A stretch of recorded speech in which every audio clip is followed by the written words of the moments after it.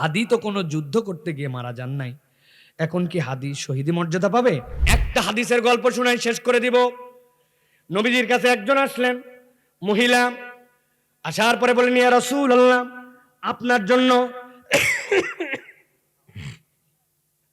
হযরত রুবাইয়া বিনতে মুয়াজ, আপনার জন্য ছোট্ট একটা জিনিস আনছি ইয়া রাসূলুল্লাহ। কি আনছো রুবাইয়া? বলি, ইয়া রাসূলুল্লাহ, তামারাইন, দুইটা তাজা খেজুর আর একটা ছোট্ট একটু আরবিয়ান শশা, কালো রঙের শশা। আরবে যদি যান খাবেন, হজমরায় মজা পাবেন। এতটুকু শশা, এত মিষ্টি, এত স্বাদ, চামড়া সহ চিবায় খাওয়া যায়। বলেন তো, নবীর কাছে আনছে 2 খেজুরের 1 শশা, পেস্টিজের ব্যাপার না? কিন্তু যা ছিল তাই নিয়ে আসছে নবী, আপনার জন্য এইটুকুই নিয়ে আসছে আমি। আল্লাহ নবী এমন খুশি হলেন, এমন মর্যাদা দিলেন, এমন দৃষ্টান্ত উপস্থাপন করলেন কিয়ামত পর্যন্ত মানুষের জন্য।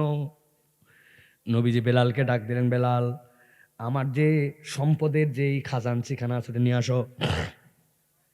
হাত দিছেন, দেওয়ার পরে সোনা দালা মালা, হাতের ছুরি ফিতা যা উঠছে আল্লাহ নবীর হাতের মধ্যে, নবীজির কাছে তো অঢেল সম্পদ ছিল, ওইখান থেকে তুলে নিয়ে যেই বাটির মধ্যে 2 খেজুর আর 1 শশা, আল্লাহ নবী রুবাইয়ার ওই বাটির মধ্যে দিয়ে বলছেন, তুমি তোমার জন্য এইটুকু আনছো, আমি আমার পক্ষ থেকে এইটুকু তোমাকে দিয়ে দিলাম। সবচেয়ে কমে সবচেয়ে বেশি কত দেওয়া যায়, এটার এক্সাম্পল নবীজি দেখাই গেছেন। সুবহানাল্লাহ। রাসূলুল্লাহ, আমার তো অভাব, একটু ছাগল দিয়ে দেন না। নবীজি, ওই যে ছাগলের সামনে যেটা আছে ওটা নিয়ে যাও। যেই ছাগলের সামনে টানতে শুরু করছে, পেছন থেকে ইতিহাসবিদরা বলতেছেন 16,000 ছাগল আল্লাহ নবীর ওই খামারে ছিল।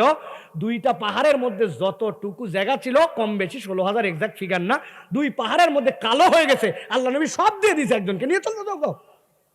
সবচেয়ে বেশিটা দেখাইছেন মুহাম্মদুর রাসূলুল্লাহ, যেন তার উম্মতটা নিম্নটা হলেও দেয়। আর আমরা হয়ে গেছি কুঞ্জুস, অথচ মাপ চাই, ক্ষমা চাই, কোনো উপায় অবলম্বন নাই।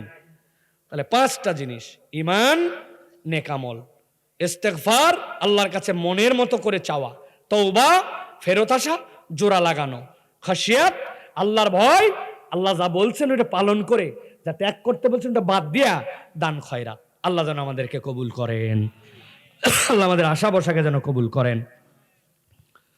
2টা প্রশ্ন আসছে, আমরা এই প্রশ্ন 2টার উত্তর দিয়ে শেষ করে দেবো ইনশাআল্লাহ।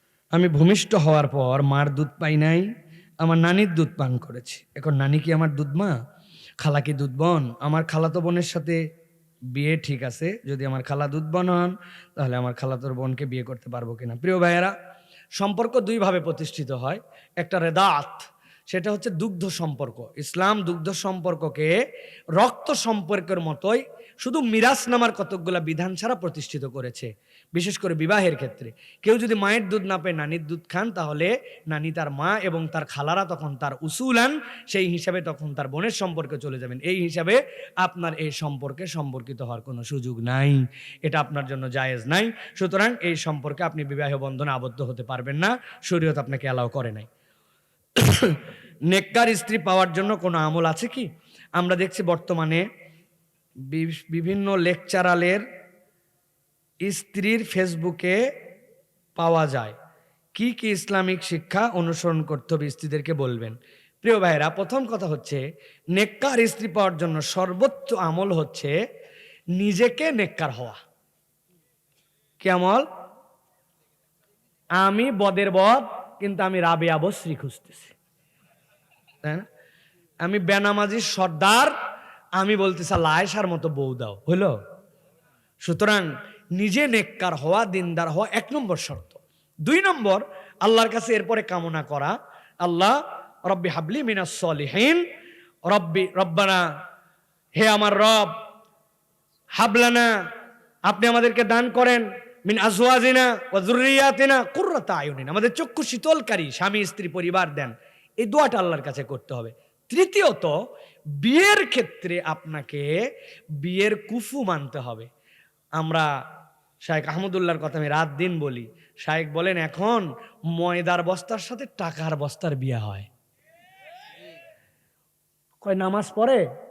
কয় অত না। রোজা রাখবে, পর্দা, হিজাব পেঁচায়, দেখতে বলছে চুসার গ্রামে নাই, কিছু হবে, বাকিগুলা ঠিক করে দিবনি। এত সোজা না। নবী করিম সাল্লাল্লাহু আলাইহি ওয়াসাল্লাম বলছেন, হাসবিহা নসবিহা মালিহা জামালিহা দীনিহা, সব দেখো, দিনদারি আগে দেখো। অন্যগুলা কম থাকলে দিনদারি দিয়ে কভার করে যাবে, আর দিনদারি না থাকলে অন্যগুলা ল্যাংটা হয়ে যাবে। এটাই প্রমাণিত। এই জন্য আমাদের এই অবস্থা। এই জন্য আগে দিনদারি দেখেন, কোরআন পারে কিনা, পড়তে পারে কিনা, দিনের প্রতি আগ্রহ আছে কিনা।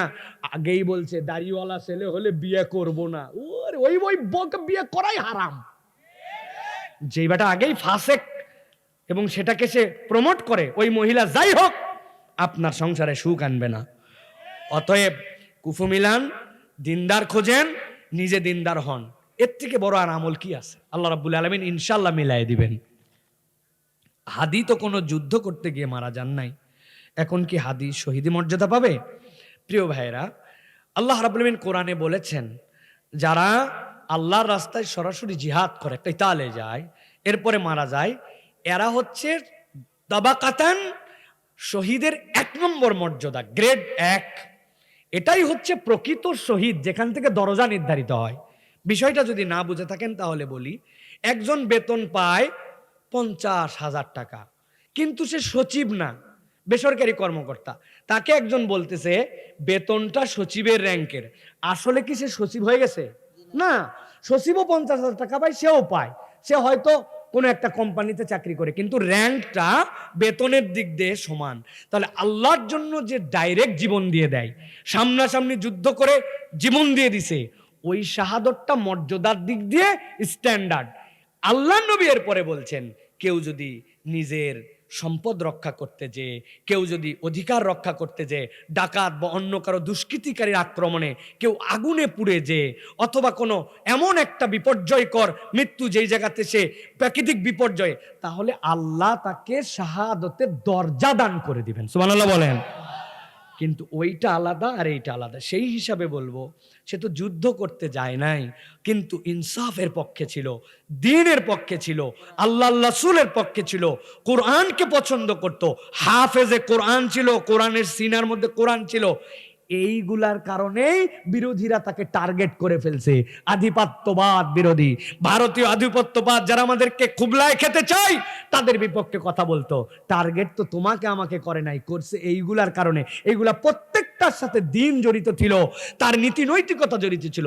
এই হিসাবে হাদিকে আল্লাহ রাব্বুল আলামিন আশা করছি আমরা শাহাদতের মর্যাদা দান করবেন। আল্লাহ যেন কবুল করেন, বলেন আল্লাহুম্মা আমিন। হুজুর, আমাদের এলাকায় মৃত ব্যক্তি মারা গেলে তার নামে 3 দিন চল্লিশা করে থাকে, আবার মৃত ব্যক্তির নামে মিলাদ মাহফিল, জিলাপি খাওয়ানো, বিভিন্ন কিছু হয়ে থাকে।